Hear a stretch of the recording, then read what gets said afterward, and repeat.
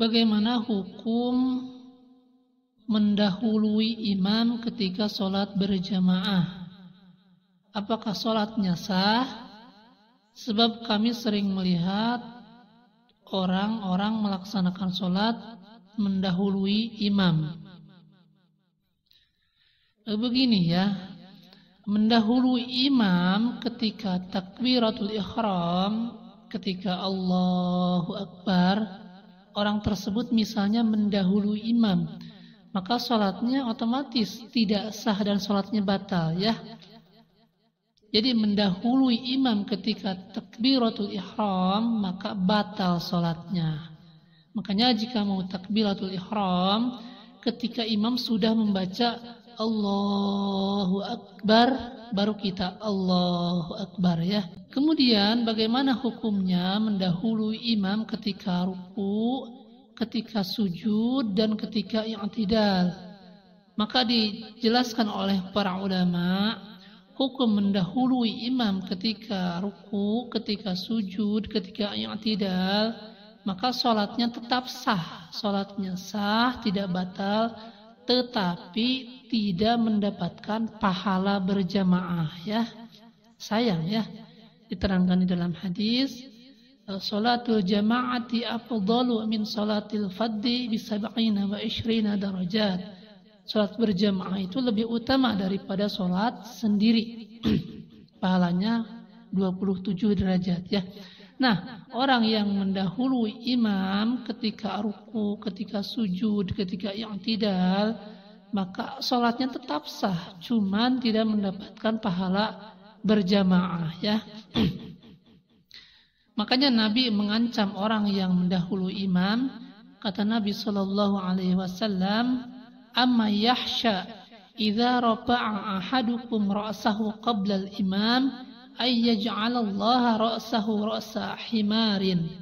Aulama qala sallallahu alaihi wasallam, kata Rasul, takutlah kalian jika kalian mengangkat kepala sebelum imam, maka Allah akan mengganti kepala kalian menjadi kepala keledai atau kepala khimar ya.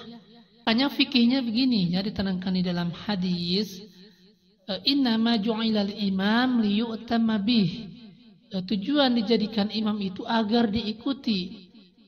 Fa idza raka'a farka'u fala tarka'u hatta yarka'a.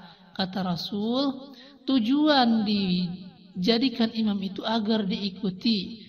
Ketika imam telah ruku, perhatikan, ketika imam telah ruku, maka rukulah kalian. Janganlah kalian ruku sehingga imam telah selesai ruku ya. Saya kasih contoh begini ya. Ketika imam telah ruku kelihatan punggungnya rata, maka baru kita diperintahkan untuk ruku. Ketika imam i'tidal, sami'allahu liman hamidah, maka kita baru bangkit dari ruku ya. Kemudian ketika imam sujud, Allahu Akbar. Nah, ketika imam telah selesai sujud, maka kita baru bergerak untuk sujud ya. Makanya diterangkan di dalam hadis yang lain, para sahabat itu tidak berani menggerakkan badannya untuk sujud kecuali setelah melihat kening Rasul nempel di tanah ya. Artinya ketika Rasul sudah sempurna sujudnya, Allahu Akbar, baru kita Allahu Akbar. Jadi hukumnya orang yang mendahului imam ketika takbiratul ihram maka sholatnya batal. Kemudian jika mendahului imam ketika ruku, ketika i'tidal, ketika sujud, sholatnya sah ya, cuman tidak mendapatkan pahala berjamaah. Mungkin seperti itu ringkasnya ya. Wallahu a'lam bishawab.